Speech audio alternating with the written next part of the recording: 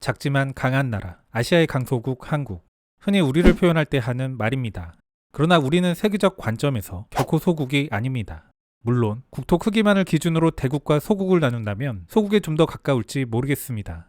그러나 여기에는 시각적 인식의 왜곡도 작용한다는 점을 염두에 둘 필요가 있습니다. 극동의 강소국, 작은 국토 면적이지만 알찬 경제를 갖고 있고 최근에는 한류로 상징되는 대중문화를 세계에 수출하는 국가. 비관적 관점을 지니신 분들은 이런 평가도 과하다고 할지 모르겠습니다. 그러나 우리는 경제, 군사, 문화 등 사회 각 분야에서 대부분 세계 선두권을 랭크하는 나라입니다.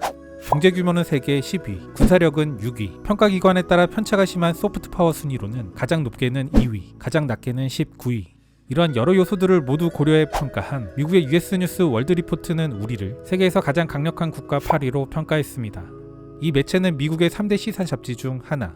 인구 역시 세계 28위로 인구대국이라 부를 수는 없지만 그렇다고 적은 숫자도 아닙니다. 단지 국토 면적만이 그 순위가 107위. 그 크기를 한반도로 확장하면 83위입니다. 그렇다면 107위, 83위라는 순위는 시각적으로 얼마만한 크기일까? 한국인들이 유럽 국가들 중 대국으로 인식하는 나라가 프랑스입니다. 실제로 프랑스는 서유럽 최대의 국토를 가지고 있는 나라이며 당연히 우리나라보다 큽니다. 그런데 실제 사이즈를 반영한 세계 지도 위에 우리나라를 프랑스 위에 얹어보면 인식의 차이와 시각적 차이 간 갭이 발생합니다. 여기에 북한까지 얹어보면 우리와 프랑스가 그렇게 많은 차이가 나는 것으로 보이지 않기까지 합니다. 숫자로 보는 감과 시각적 감은 다른 측면이 있는 겁니다. 우리나라는 웬만한 유럽 국가들보다 큰 국가.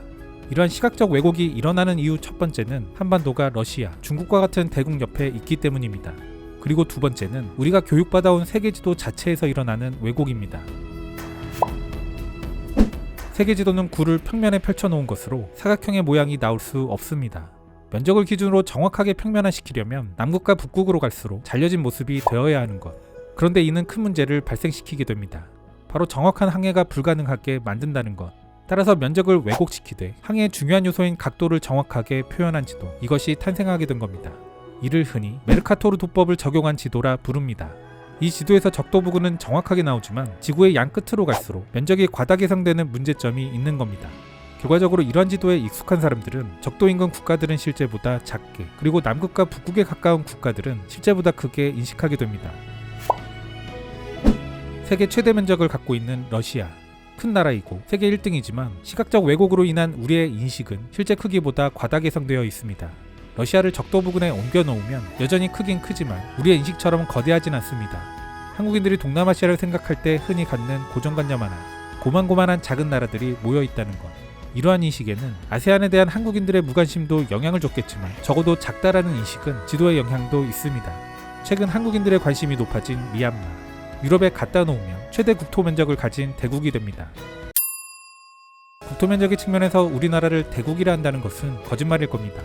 하지만 그렇다고 소국은 아니며 최소한 우리나라 사람들이 가진 인식보다는 큰 그런 국가입니다. 한때 우리 언론들에서는 우리나라가 아시아의 스위스를 지향해야 한다고 주장하는 칼럼들이 나오기도 했었습니다. 스위스는 인구가 850만 명에 면적은 한반도의 18.7%에 불과한데도 이런 주장들이 유행이었습니다. 개인적으로는 이런 류의 칼럼들을 보면서 저는 우리 스스로를 축소지향적으로 바라볼 필요가 있을까 그런 생각을 하게 됩니다.